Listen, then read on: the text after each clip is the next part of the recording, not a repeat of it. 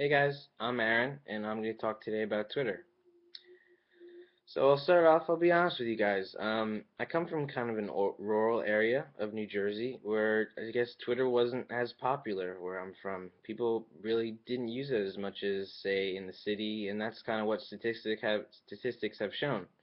So I don't have as much experience with Twitter, but I did a lot of research, and I think I have some good tips for you guys.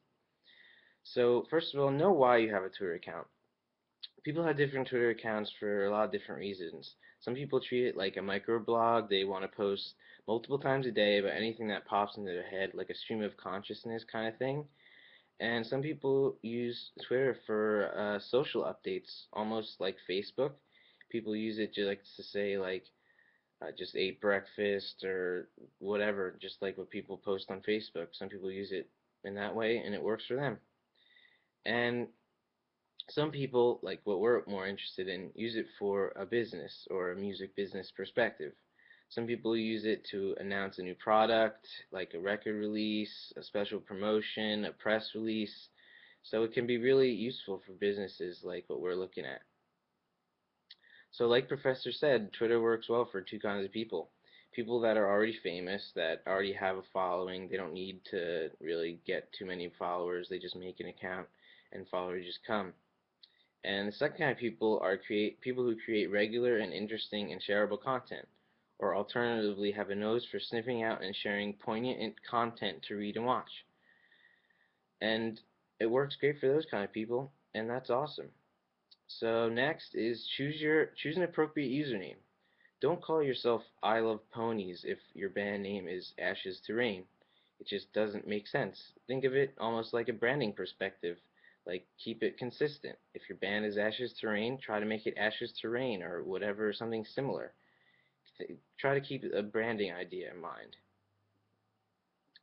And use the knowledge we learned this week from Allison to write a really good little bio. It doesn't have to be that big, but people actually do read those little bios. And next is don't just share your own content, share other people's content. There's like an unwritten rule in Twitter about if you share my content, I'll share yours. And people do that a lot. And by retweeting, you can earn what people call karmic points. If pretty much if you do it, they'll do it back. And people can share really great content that way. And like what Professor Kurzner also said about using a service to auto post, um, if you don't have the time to just post consistently, you can use one of those auto post things. But don't auto post everything. People who follow you on every platform want to get a unique experience in each place. So while using an auto post method can be very, very good, don't auto post all the time because it keeps people more interested if you have something that's different on different social media platforms. And while we're on the topic of posting, um, be consistent be consistent with when you post. Whether it's once a day or once an hour, try to stick to a schedule, and people will see that you're constantly doing it at a specific time. And superfans will see that you engage at a specific time and will almost expect content. So the important thing is to try to stay consistent. And the time you post is also very important.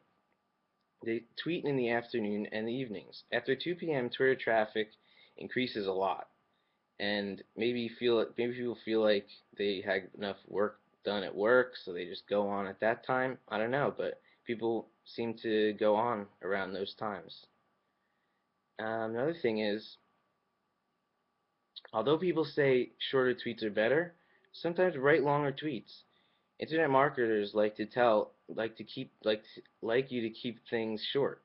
But a tweet is only 140 characters, so it's one of the few cases online where you can actually benefit from using the space you're allotted. So use the space you have. They also say tweeting closer to the weekend is better. Similarly, the work week draws to when the work week draws to a close, people tend to go on Twitter more. So Friday might be a good day, but definitely close to the weekend. If something is worth sharing, tweet it several times. If you have a new music video, tweet it a bunch of times. You don't do it too much where you're bothering. So you definitely don't want to bother people, but you can definitely share things a couple times and get the word out. And don't be afraid to ask for a retweet. One of the best things in life, way to get things in life, is to ask for it. So just ask for retweets, and people like to do that. It, like I said, it's part of that karmic points kind of thing. And while we're on the topic of asking, ask your fans for opinions. Asking fans for opinions can make them feel really personal. Even Kanye West is common for doing these kind of things. He asks his fans about all kinds of questions through Twitter. And last but not least, offer exclusive content. Reward your Twitter crew with things that aren't available everywhere else. Make it special. And that's a really great way that people can gain followers on Twitter. And I really hope these tips have helped you guys, and I think I've had some good tips here. So, hope you enjoyed, and have a great weekend. Bye, guys.